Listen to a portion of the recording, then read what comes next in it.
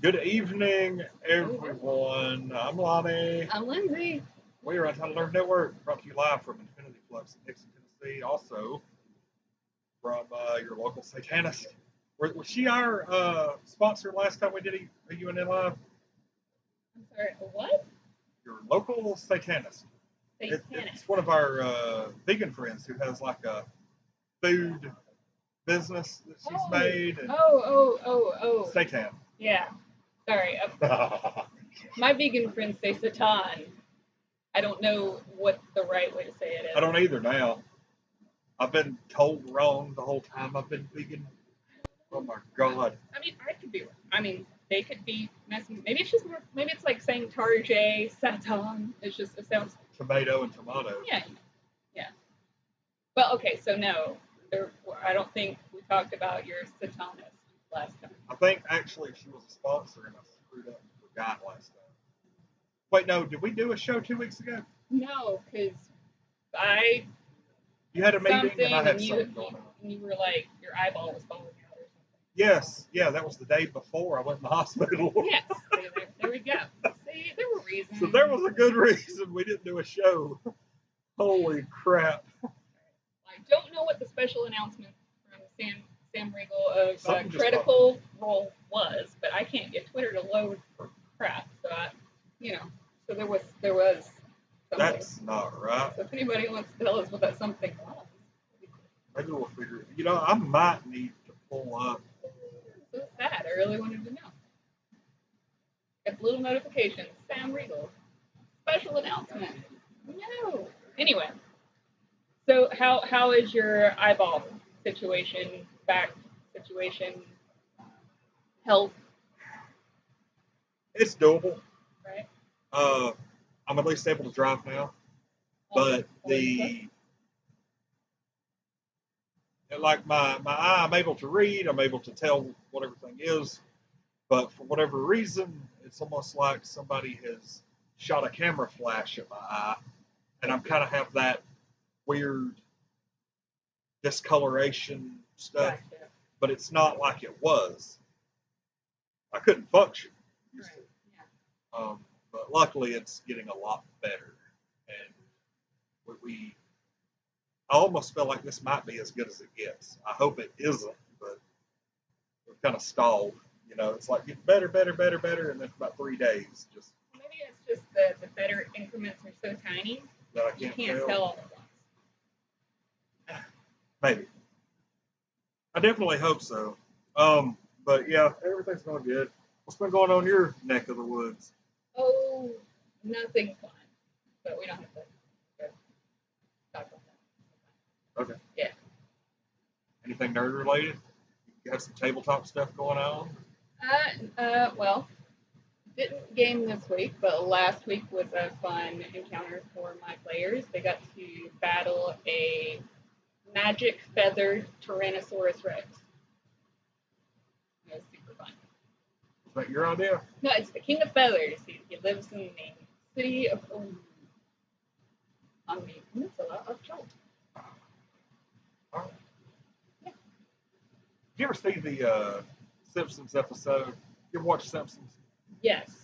What older episode where Lisa had this daydream or whatever where she was an adult and she went before the president? No, she went before a judge for some reason, and he sentenced her to go stay at the Monster Island. And so her lawyer leans into her and says, "Oh, don't worry about Monster Island. It's just a name." She's like, "Oh, okay." Well, then like the next scene is them running from all these like giant monsters. And she like looks over at the guy running next to her and she's like, "I thought it was just a name." And he was like, "Yeah, Monster Island is really a peninsula." Oh, I like that. So yeah. That's probably one of my favorite Simpsons moments. He's a clever story writer. Speaking news-wise, the Kickstarter for my brain together, Critical Role tabletop miniature production was successfully funded for over $1 million. Holy crap. So pretty excited about that. My son used some of his summer job earnings. It comes with all of Vox Machina, which is their season 1 adventure group team name, and all of the characters from the Mighty Nine, which is their campaign 2 group name, and then some extras. So it's a lot of really high definition, amazing looking minis for Kickstarter prices, which are always great. You're getting like $1 million. 16 minis for $60. Pretty awesome, and we're super excited. And we went ahead and ordered the Gen Con release of one of the characters, Faxelman. He's all like down running with his dagger, and he's got his big raven wings that only pop out sometimes. Like, it looks really good. Like, if anybody knows what I'm talking about, it's super duper cool, and I'm excited. But if you don't know, you should check out Critical Role sometime if you like storytelling. Because they're voice actors, so they do a lot more story-driven stuff. I've heard you talk about them numerous occasions. Yeah, they're great. That's like your go-to, like,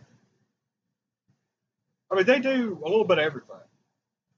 Well, Critical Role itself, is it like a D&D, they do 4-hour podcast, or, well, I listen to it via podcast, but you can watch them play.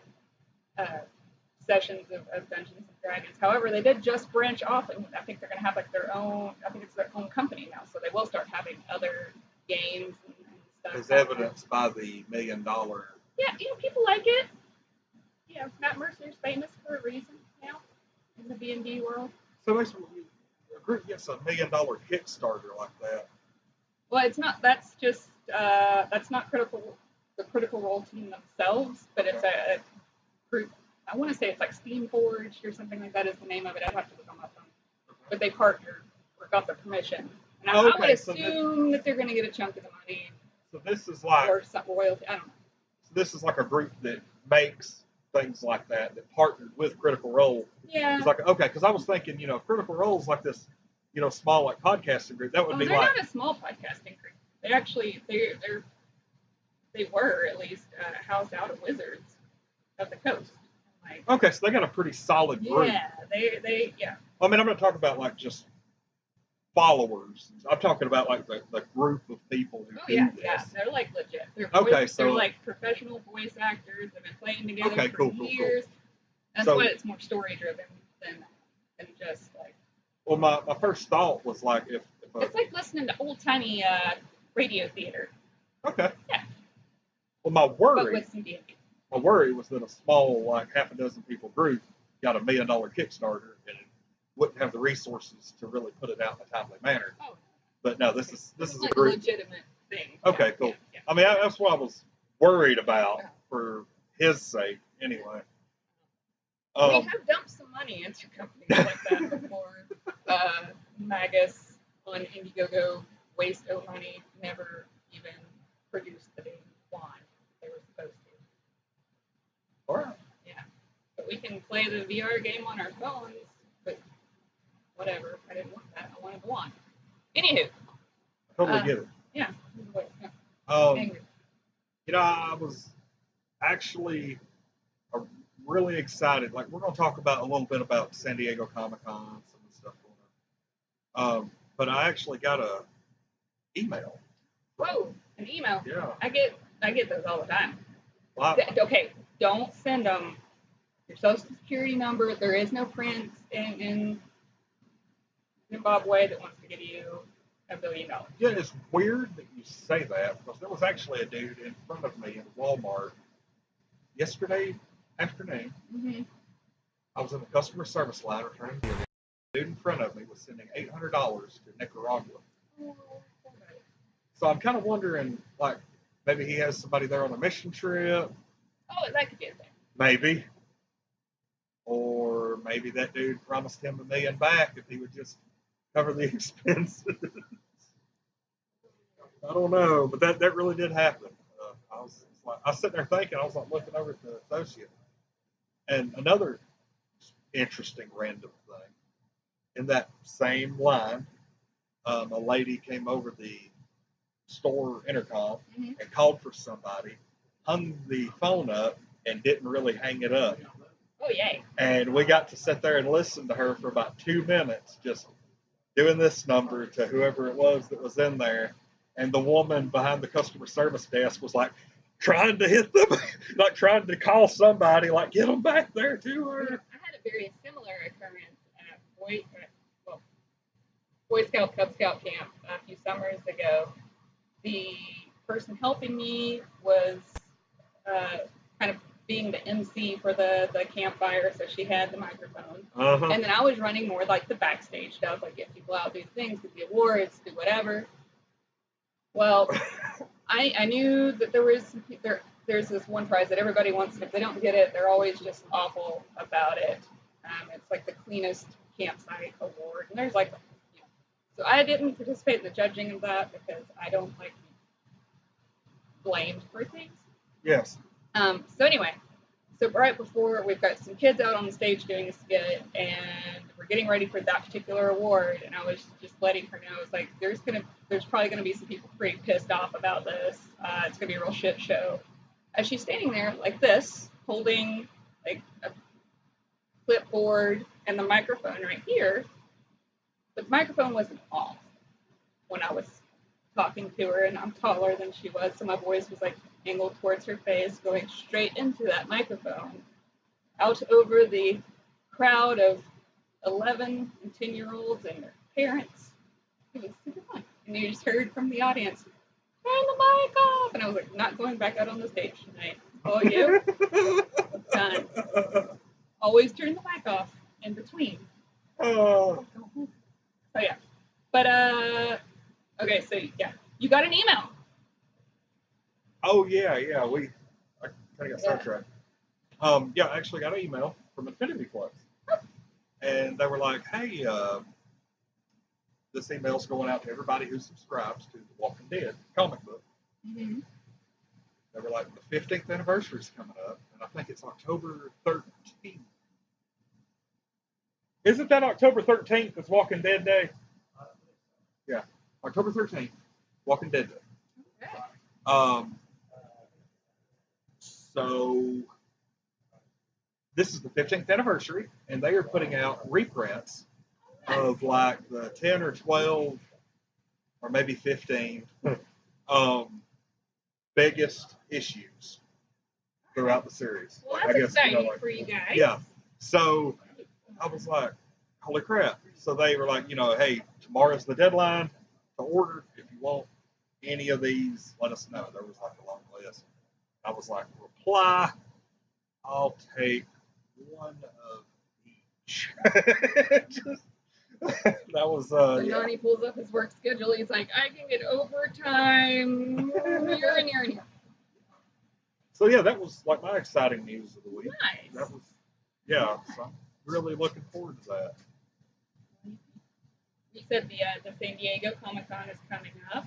Yeah, and for whatever reason, really the only presence that I've looked at that I'm really excited about is The Walking Dead. Mm-hmm. They're going to have their little hall, their panel or whatever it is they do. Right. They're going to show the trailer for the upcoming season. That's normal. The weird thing is Marvel always has this huge production at All Age with all of the movie stars for the new movies and everything, all the Avengers, Chris Evans, all of them. And they're not really doing that at all this year.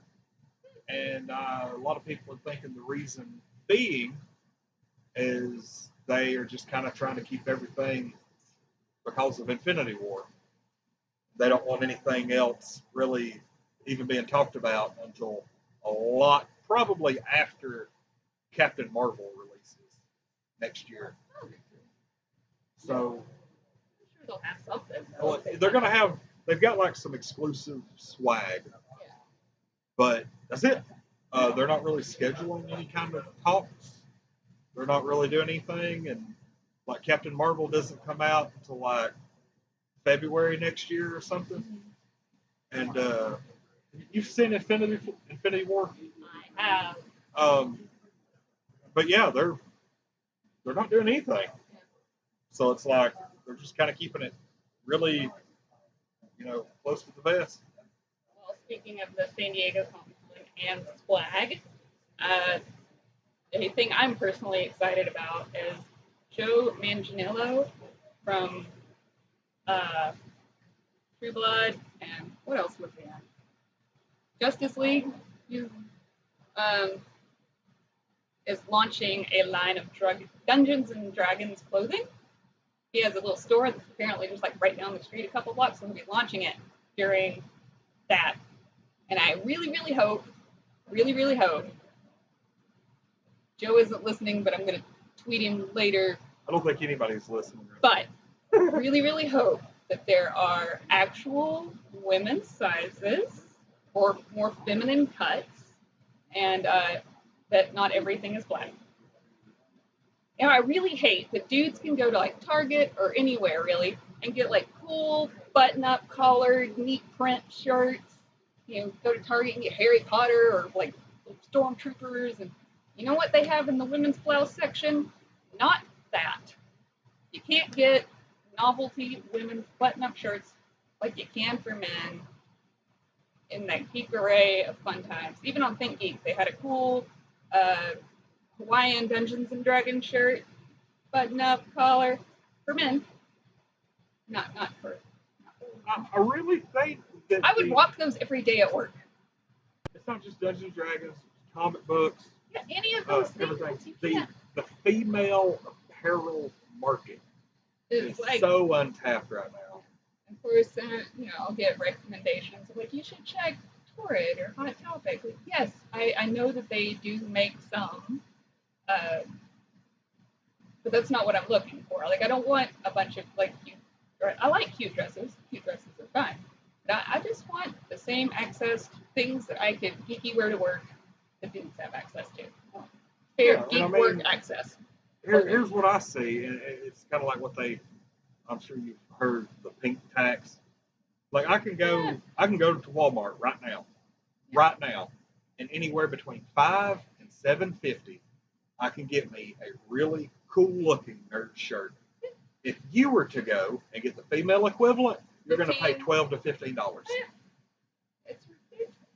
So I'm really hoping that Joe doesn't do that, and he has the same thing for dudes as he has, for the more masculine build as he does for a more light and feminine build. I don't care which gender wears what. I just want something that will fit me. That's really all it boils down to. It's not black, and it's not everything always pink. There are other colors. There's so many other colors. I think they go with black and pink because they're easy. Well, they go with pink because it's since about the 1940s a strongly female. Yeah. But at the same time, I like pink. I don't have anything against pink. I just don't like it being forced on me. Well, yeah, but it's that. Like getting earplugs made for women that are pink. But black is like neutral. It's a neutral color. It is. Like a lot of people can look at black and say, hey, this can pretty much go with anything. Once you start throwing greens and blues and reds in there, then suddenly the female audience becomes a little more picky with which shirt. I just like all the colors. I just want them all. And maybe someday I'll learn how to sew, and I'll just find the geeky fabric I want. I'll make my own shirts. But did you hear about the Batman Catwoman wedding? I've heard about it. I didn't get an invite to their wedding. Yeah. Well, I'm sure Infinity Flux gave you an invite. Well, they did. I mean, they had a wedding cake here and everything. Like Mr. Wayne. Okay. Well, unfortunately, I didn't do it. The interesting thing, and I don't look, everybody. If you're watching, the comic book has been out for just over a week now. Mm-hmm. It was a really cute drawing that a kid did on the refrigerator over there. Yes. They did a midnight release, which means technically the book's been out since Tuesday night last week. So we've been about 8 days now, 9 days. So I'm going to offer a little spoiler as to how this ended, and I want to talk about the problem there. Last chance. Batman and Catwoman did not get married. They built up about a dozen issues, big long storyline building up, and the actual Batman number 50 says the wedding. They didn't get married. And a lot of people said DC really dropped the ball. Like, either, number one, they should have let them get married and let that status quo be the deal for maybe a year and let it be different. Yeah. Or not marketed it like it was gonna happen and then not let it happen. Well, there is a very popular style of story that happens frequently in.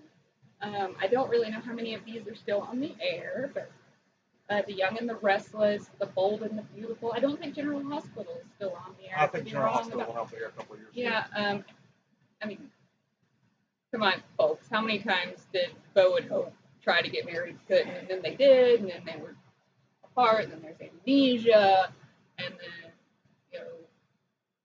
other, I can't even remember all the people's names right now, but there's Bo and Hope. Yeah, but come on, you're doing soap opera. They made a soap opera. They did the classic soap opera twist. Leading up to the wedding, you're sitting on the couch, you're ready, you got your popcorn, you're like, finally, it's finally going to happen. Well, it's fine. Fortunately, we're using a microphone now that does not pick up any background noise. Okay, well, to explain that reaction, then I'm sitting right by the air intake for the AC, and I've been struggling for focus and to hear anything this whole time. But yeah, so it was that. I mean, I'm not shocked that that's what happened. I mean, I am to an extent. It really kind of made me mad. Just because when I made it a point to get all the issues leading up. Yeah. I want to read this story. You were vested in the relationship and totally let the air right out of the sails. So why didn't? What happened?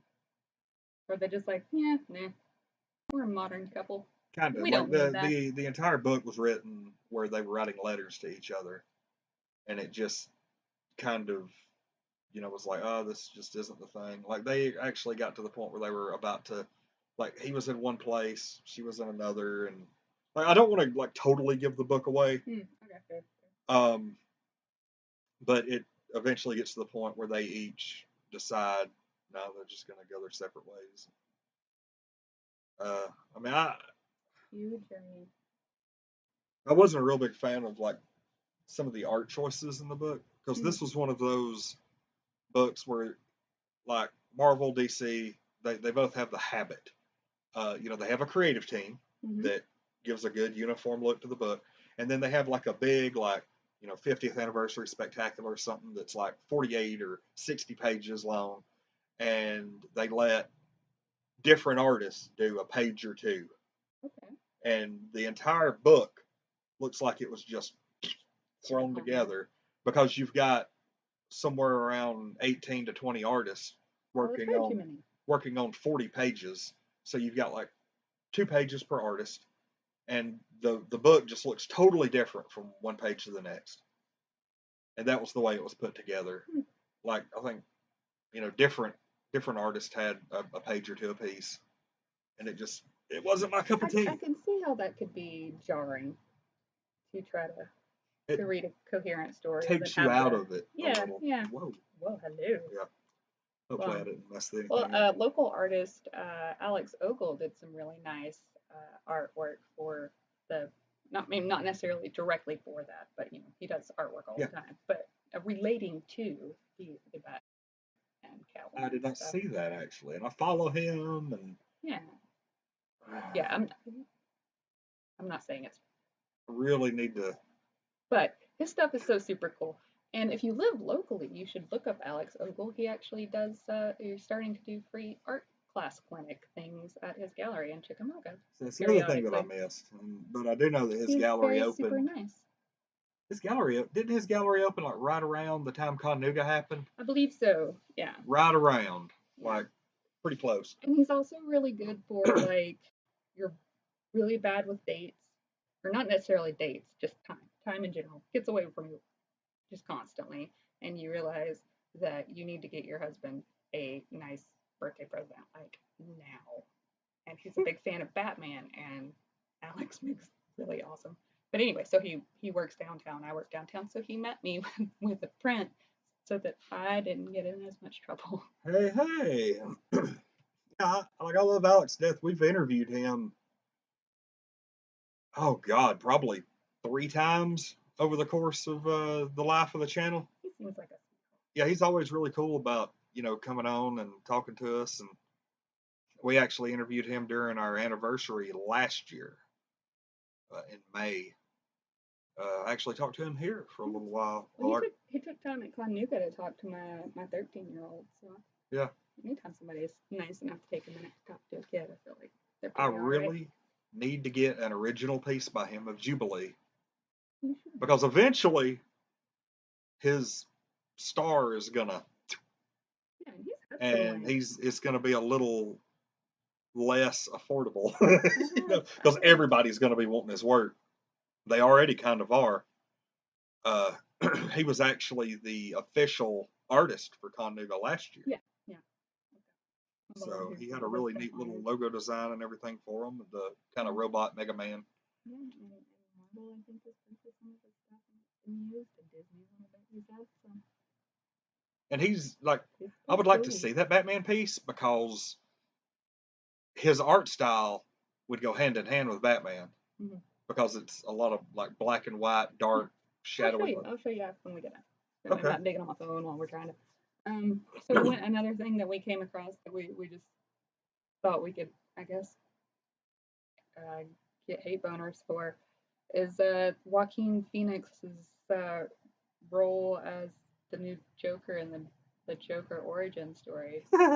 Because there's not enough Joker. Yeah, that's the big complaint. Not at all played out as a villain. Yeah. And then, I don't know why people love the Joker. I'm a Riddler fan. Here's like not like the Jim Carrey one, but like the one that's in my head that's more like Moriarty. There are a handful of problems that I've read and I agree with as far as him doing the Joker. Number one, Joaquin Phoenix, hands down, he's like one of the great actors of our time. I think he's amazing. On the other hand, if you're going to do a Joker origin story like they're pitching here, you need to get somebody who's about a 20 or 30 years younger. Somebody who's about 19, 20, maybe in their early 20s. Even though I don't really know, Joker actually has never really struck me as a young guy.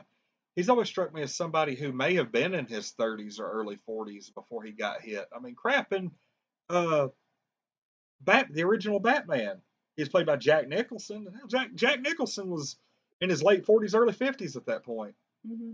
So, actually, I'm sitting there talking myself out of being mad about it. Yeah, but how old is Joaquin Phoenix? I'll look real quick. Because I feel like he's older than me. He's older than me. And we're saying that the Joker is maybe, I don't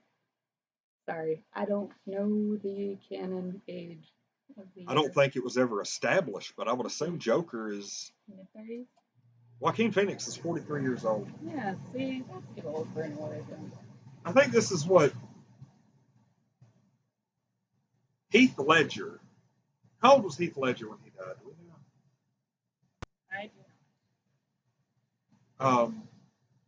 I'm pretty sure he was like in his probably late 20s, early 30s. Let's look real quick. I'll pull this up. So, long story short, we're neither one of us really into that. So, good luck, Joaquin Phoenix. He was actually 29 years old when he died. Maybe slightly more exciting is the director has been announced for the Black Widow. Yeah, actually a female director. Kate Shortland. Yeah, there we go. Now, according to sources at the studio, every candidate to be the director for this movie was female. Like they basically said, if you're male, don't even apply. Well, I hope that that's not the case, and I hope it was just the qualified applicants with the vision they were looking for also happened to be female.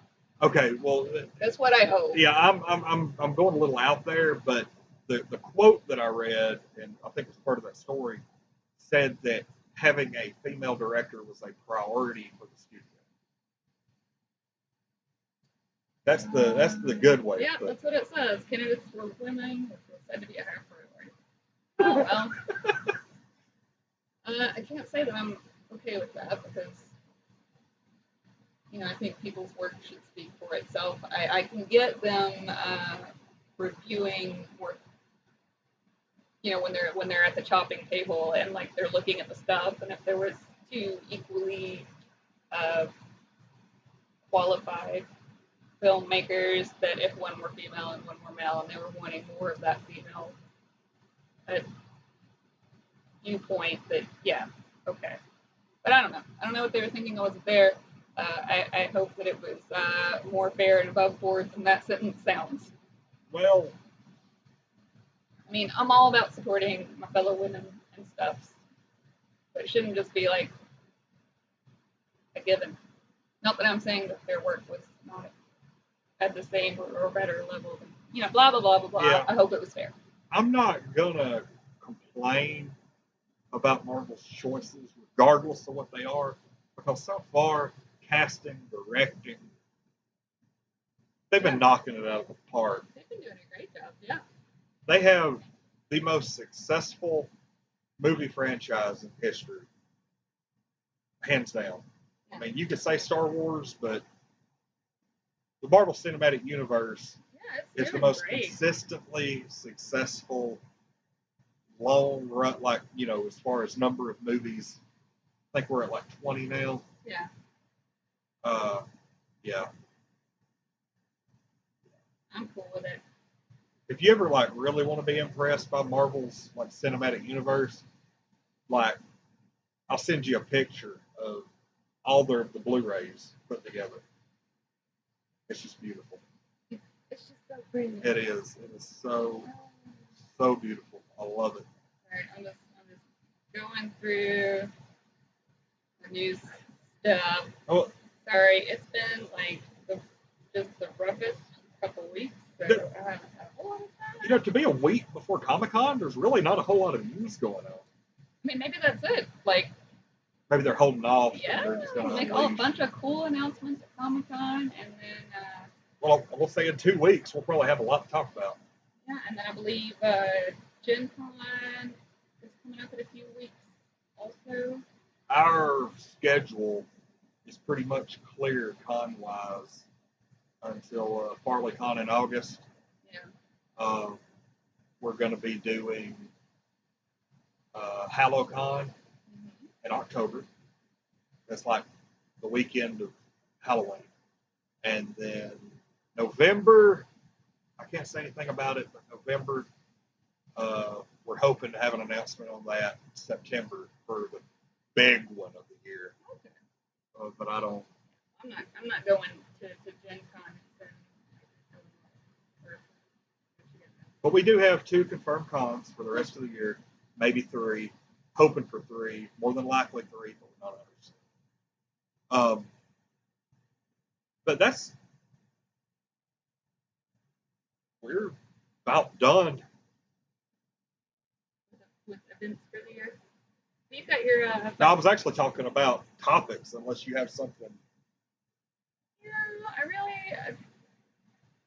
I'm sorry. I just don't. Well, the funny story was. Nobody really has put anything in the comments about. Yeah, I know, it's kind of weird. What they would like for us to do. I mean, if they want us to rip off like Nerdist or something and do more of a straight news show or whatever. I don't know what people want to hear about. I must never sit around. I consider this like one of those morning shows on the radio where we do like a mix of news and just half crap that we want to talk about. Good Thursday evening, Chattanooga. We maybe one day we can be broadcast like on Channel 3 or something. Wait, is that one that has Judy O'Neill? No, I'm actually talking about Channel 3. Oh, Eyewitness. Yeah. Sorry, I was thinking of that awful. No, I've been on there one time. I actually went on Judy O'Neill's show one time and talked about how she doesn't know how to use that old-fashioned phone that they've got. You're on hold. Oh, I dropped your. Oh no. Oh, I disagreed with you. So, I lost your call. I actually wasn't sitting in on that. It was actually one of the first animal fundraisers I ever did. I went on there to promote. Yeah, she'll straight hang up on you. And Accent. Yeah. It's fun. I know a little bit about that, but I can't talk about it on the air. I mean, not that I ever call that in here. I don't like the phone. Anyway. Well, hey, are you registered to vote? You got some I am. primary and some, like, the House and the Senate for 2 years. Do stuff every 2 years. Got that stuff coming up soon. Like real soon. Yeah. So, local government is also very important. Now, I will say, while we do not discuss politics specifically, I will say it is important to do your civic duty, register to vote.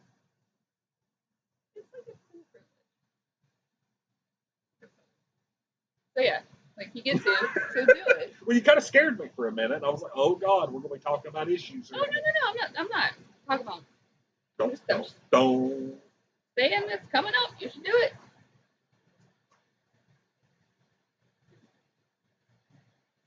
I could just see the headline: Infinity Flux drops UNN over Lonnie's political rant on the air. No discussion of parties or policies. No, the lid came off. Just that it's about voting time, so you should do some voting. Yeah. I forgot there's an Energizer in here. This is the longest lasting battery. No. Because I've had this same battery in here for about a year and a half. And I use this thing daily. Well. I don't think I really have any other easy topics. You know what? It's really my fault because like I said, the funny thing about today was I've been out of work for like over 2 weeks. Yeah. And so it's just one day to the next. Just blends together at this point. It started doing that about 3 days ago. And so I'm sitting there, as anybody who's watched the channel today knows, I played Halo 5 for the first time. I was all excited about it. Around 11 o'clock today. Played for about 2 hours. Mm-hmm. Took a break. And then hopped on and started playing the new NASCAR game that I got. So I'm sitting there just enjoying NASCAR. And my phone's like, I look down. Hey, Mary, welcome to the chat. You're actually the first person to get on the chat today. And so I look down at my phone, and it's Lindsay. She's like, hey, do you have any ideas on what we're going to talk about? I've been checking my messenger all day to see if you finally, it was like 4:50, and I'm like, dear God, I don't know. Well, you sent me this message at like 10 after 5. Yeah. And it's like, do you have any ideas for topics tonight? And I look at it, and I'm like, topics tonight? What days? Oh. And I look, and like, we're supposed to go on the air at 6, and it's like 15 after 5. And I'm like, this is after you reminded me that we were going to. Yes, I did that like Tuesday or Monday. And so I look at the screen, and I'm like, all right, everybody, we'll be back later this evening for UNN Live. We'll see you later. I'm just like flight of the bumblebee. Like, I actually got garbage bags, like, that was like the box that the Xbox came in, and a bunch of like collectibles boxes, and put them in my car. Was going to throw them in the trash on the way out, and forgot to do that. So I got to do it on the way back in. Well, I do have one parting thing to chat about real fast. It's next week I will be volunteering with Chattanooga Girls Rock. It's a day camp. It's a week-long day camp for girls in the Chattanooga area, where they are put into small groups to create a band. They will learn to play an instrument and write their own song. Over how long? Over 5 days. And then on Saturday, They will be performing, I believe, at the Revelry Room. So if anybody in the Chattanooga area would like to watch, now not all the girls have no experience, but a lot of the girls do have no experience. So it's really cool to see them go from like, I don't know how to make a beat to writing a song in 5 days. So I believe it's going to be at the Revelry Room. But you can look them up. Songbirds now? It's next to it. Okay. But look up Chattanooga Girls Rock. And find them on Facebook. You can find their main Facebook page. But, check them out. And if you've got a girl in the Chattanooga area, it might not be too late to sign them up, or you can just look into it for next year. But that's actually really cool. It is super duper cool. So if you're in the Chattanooga area, come check out their show. Hopefully I'm right. It's at the Revelry Room. But if not, they'll have it posted on their Facebook page. I bet if you just really got in there intense over 5 days, I bet you could at least figure out the basics of how to play, whether it be like a guitar or, pop on the drums or something. And maybe learn a song. Yeah, and the nice thing is it's not just teaching them how to do this one specific thing. There's also some life skills that are going to be taught, and it's about cooperation and learning to support each other as females or as those who identify as females. So it's not just complete, like, if you've got a J, you can be there as somebody who identifies as female. So they're not going to be able to play like a perfect rendition of Freebird at the end of day 5? Probably not. They can do it on a rock band. Yeah, we did the rock band Guitar Hero stuff. Yeah, so Chattanooga Girls Rock. Oh, speaking of, we actually had real-life musician Joel Beaver on Saturday night. Oh, that's right. I remember he played rock about band. That. Yeah. That was interesting because apparently being able to be a real-life musician does not translate well to rock band. I also feel like I should clarify that I am not teaching these girls to play instruments because I do not know how to play any instruments. I am a band manager, which means that I take 10% of their earnings. Yes, and try to guide and lead them and help them navigate disputes and glorified babies. I'm like a camp counselor for a very small group. That seems to be your forte. Yeah. I've done Boy Scouts for 8 years, and so I was like, what's easier to manage, young girls or young boys? I'll tell you after next week. Oh, you've not done the girl thing? Okay. Mm-hmm. Okay. I will. That's going to be my first question. Yeah. 2 weeks from now. Or you can come to the show on Saturday and ask me there. What am I doing Saturday? Probably nothing. How much is it to get in? Oh, I think it's only like $5 or something.